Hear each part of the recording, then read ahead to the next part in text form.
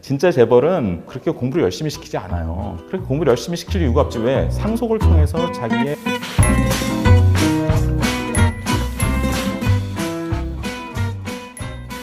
저는 교육평론가 이범이라고 하고요. 제가 한때 우리나라 넘버 2 모든 학원 강사 중에 소득 랭킹 2등이었던 사람이고요. 진짜 재벌은 그 재벌적 지위를 자녀에게 물려주기 위해서 그렇게 공부를 열심히 시키지 않아요. 드라마에 묘사된 그 전문직 문화는 주로 대치동 문화예요. 강남이라고 다 같은 강남이 아니고 이제 압구정동, 청담동 문화가 있고 대치동 문화가 있는데 상당히 달라요. 학원 쇼핑 같은 것은 대치동에서 볼 수 있는 거지, 압구정동 부모들은 그렇게 막 대치동 부모들처럼 학원 쇼핑하고 그러지 않습니다. 압구정동, 청담동 문화는 부의 규모가 상대적으로 더 큽니다. 사회경제적 지위를 상속을 통해서 자녀에게 물려주는 게 가능해요.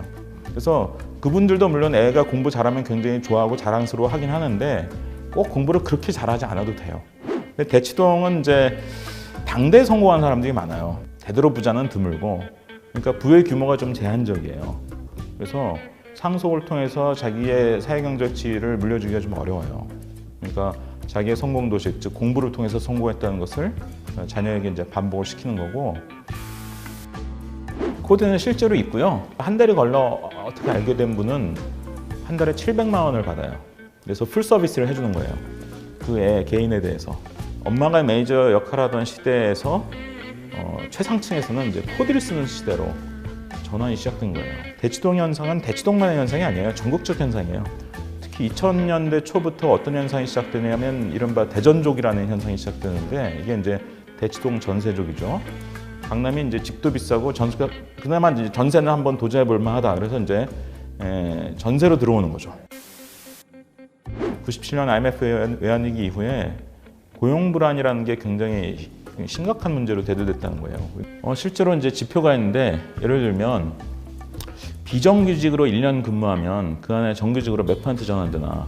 OECD 평균이 35%예요. 그러니까 비정규직으로 한 1년 정도 근무하면 그 안에 3분의 1 정도는 정규직으로 전환된다는 얘기예요. 근데 우리나라는 1년 내 전환율이 OECD에서 꼴찌예요.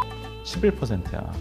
누구라도 당연히 저거 계속했다간 나 저기서 평생 저렇게 뺑이 치다가 그냥 죽겠구나, 이런 생각이 드는, 공포스러운 거예요. 90년대까지의 교육 경쟁은 잘되기 경쟁이었어요. 출세 경쟁이었다고요. 근데 2000년대 이후에 이제 고용 불안이 심해지고 이제 노동시장의 양극화가 심해지면서 공포 경쟁이 더 붙은 거예요. 공포로부터 벗어나기 위한 경쟁이죠. 그래서 스카이라는 말은 옛날부터 있었는데 2000년대 이후에 공포 경쟁이 시작되면서 인서울이라는 단어가 등장해요. 인서울은 옛날에는 듣도 보도 못한 말이에요. 근데 인서울이란 말이 뭐야? 학벌상에 마지노선이 있을 텐데 그 마지노선이 뭐냐? 대체로 보면 그게 인서울 직업국이라는 거예요. 직업국은 이제 지방 거점 국립대. 그러니까 잘 되면 출세해서 좋은 거고, 안 돼도 한 인서울은 하지 않겠어? 야, 내가 대치동 가서 애 이렇게 열심히 노력해서 교육을 시키면. 그러니까 이제 겸사겸사 이제 대치동으로 가는 거죠.